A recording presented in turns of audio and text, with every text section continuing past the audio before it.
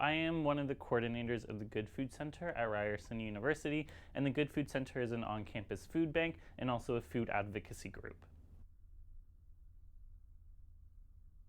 There's been a couple things that I've really noticed from coordinating the center. One of them are we've seen a dramatic increase in the number of students who are using this service.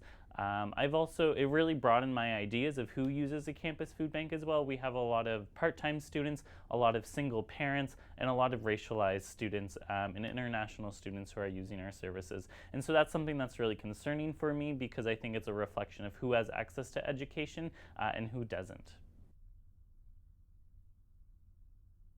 About a year ago, our shelves were pretty much empty, I would say 4 days out of the week. We would have our delivery day where we would get a delivery from our parent agency, and that delivery would be wiped out. And then so about for 3 to 4 days of the week, our stocks would be pretty low, and we were always struggling to provide enough food for our members.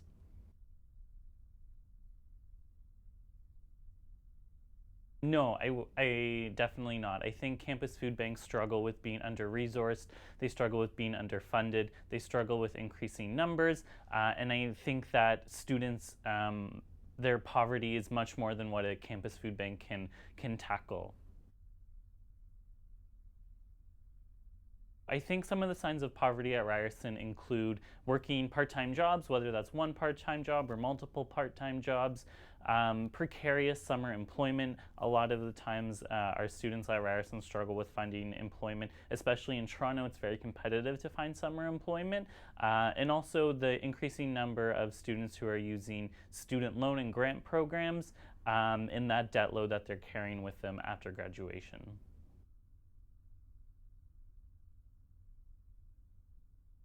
So a campus hunger report is really a collection of information of who's using the campus food bank. And so it includes demographic information such as whether they're a domestic or international student, their gender.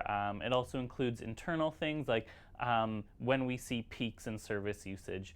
And I think campus hunger reports are a really fantastic advocacy tool. They can be used to do things like lobby university administrations to really put student hunger and poverty on their plates as a concern. They can also be used to do things like lobby larger outside bodies like provincial governments who are allocating funding for post secondary education.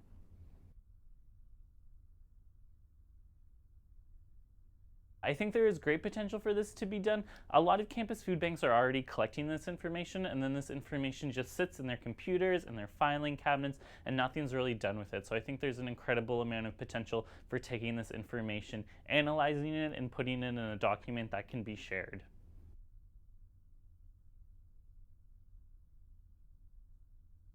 Yeah. So last summer, I had somebody come use the food center who I hadn't seen in a while, and they were a regular user. And just through conversation, they had told me that they had had to move further away from Ryerson to secure cheaper rent because they were struggling to pay their rent. And they weren't coming to the food center because they didn't have money for transit. And so that day, that person had come to the food center because they were all out of food, and they had walked about an hour and a half in the really hot summer sun to get here. And I think that's when it really hit home to me that there's all of these stories that students aren't really sharing and they're keeping to themselves because they can be embarrassing and stigmatizing. And that's when it really hit home for me that this is such a large issue and that students are expected to have these experiences, but these experiences are totally unacceptable.